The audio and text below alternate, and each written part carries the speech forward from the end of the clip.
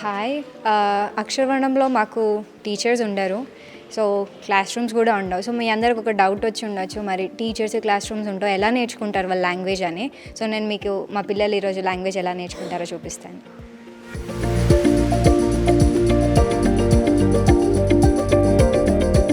So మేము ఇక్కడ believe చేసేది ఏంటిది అంటే, ఏ భాష అయినా సరే వినడం ద్వారా మాట్లాడడం వస్తుందని. సో ఇది మా లాంగ్వేజ్ ల్యాబ్. ఇక్కడ డైలీ పిల్లలు ఒక 1 hour స్లాట్ ఉంటుంది వాళ్ళకి. సో ఫస్ట్ 15 minutes ఏమో టైపింగ్ చేయడం నేర్చుకుంటారనమాట. దాని తర్వాత నెక్స్ట్ 45 minutes వచ్చేసి వాళ్ళు ఏ ఏజ్లో ఉన్నారో ఆ ఏజ్ అప్రాప్రియేట్ మూవీస్ని మేము ఆల్రెడీ స్క్రీన్ చేసి ఉన్నాము. సో వాళ్ళు ఆ దాంట్లోకి వాళ్ళ రెస్పెక్టివ్ ఫోల్డర్లోకి వెళ్ళి వాళ్ళకి నచ్చిన మూవీని సెలెక్ట్ చేసుకొని చూస్తారనమాట. సో ఇది ఏంటిది అంటే, ఏదైనా ఒక లాంగ్వేజ్ నేర్చుకోవాలి అంటే ఇమ్మర్షన్ ఉండాలి. So natural way of learning a language is through immersion. సో ఇమ్మర్షన్ని ఎక్కడైతే ఇంగ్లీష్ మాట్లాడే వాళ్ళు లేనప్పుడు వాళ్ళకి ఇంగ్లీష్ నేర్పియాలి అంటే ఎలా నేర్పిస్తాము, అండ్ పిల్లలకి అది ఇంట్రెస్టింగ్గా ఉండాలి. ఏదో చెప్పి క్లాస్లో కూర్చోబెట్టి చెప్తే కూడా వింటారు వాళ్ళు. టీచర్ ఇంగ్లీష్లో మాట్లాడినా కూడా వింటారు. ఇక్కడ టీచర్లు ఉండరు. సో ఆ ఎన్వైర్న్మెంట్ని ఎలా క్రియేట్ చేయాలి, పిల్లలకి ఇంట్రెస్ట్ కూడా ఉండాలి అనే దాంట్లో మూవీస్ అయితే ఇంట్రెస్టింగ్గా చూస్తారు. సో వాళ్ళకి ఏదైతే వాళ్ళ ఏజ్ అప్రాప్రియేట్ మూవీస్ని మనం తీసుకొని వాళ్ళకి రోజు సర్టెన్ టైం వినిపిద్దాము.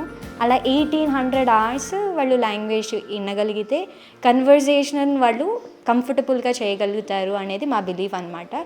సో అందుకనే వాళ్ళకి డైలీ 45 minutes లాంగ్వేజ్ ల్యాబ్ ఉంటుంది. సో ఇక్కడ మాకు చిల్డ్రన్ ఏంటిదంటే ఎవరి లెవెల్ నుంచి వాళ్ళు ఎవరి పేస్లో వాళ్ళు చదువుకోవాలి అనేది ఉంటుంది అనమాట. Self pace and personalise learning ఉంటుంది.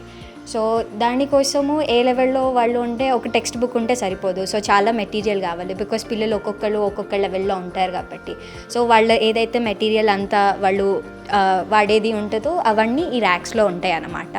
సో మీకు ఇలా చూస్తే అసలు దీనిలో ఏమున్నది, పిల్లవాళ్ళకి ఎలా తెలుస్తుంది, ఏం తీసుకోవాలి ఏంటిది అనేది డౌట్ వచ్చి ఉండొచ్చు.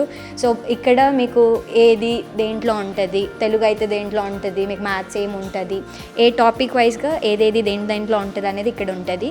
సో ఎవరైతే పిల్లలు ఆ లెవెల్లో ఉన్నవాళ్ళు, ఆ బాధ్యత ఉన్న వాళ్ళు ఎవరైతే ఉంటారో వాళ్ళు వచ్చేసి ఓకే ఈరోజు లెట్సే మనం ఇప్పుడు రెప్ అండ్ విప్ A1 అని ఉన్నాం అనుకోండి, Dలో 5లో ఉంది. సో Dలో వాళ్ళు వచ్చేసి 5th దాన్ని ఓపెన్ చేసి లోపల నుంచి వాళ్ళ అసెస్మెంట్ పేపర్స్, కీ పేపర్స్ లేదా స్టడీ మెటీరియల్ ఉంటే స్టడీ మెటీరియల్ తీసుకొని వాళ్ళు చదువుకోవడానికి బయటికి తీసుకొని వెళ్తారనమాట.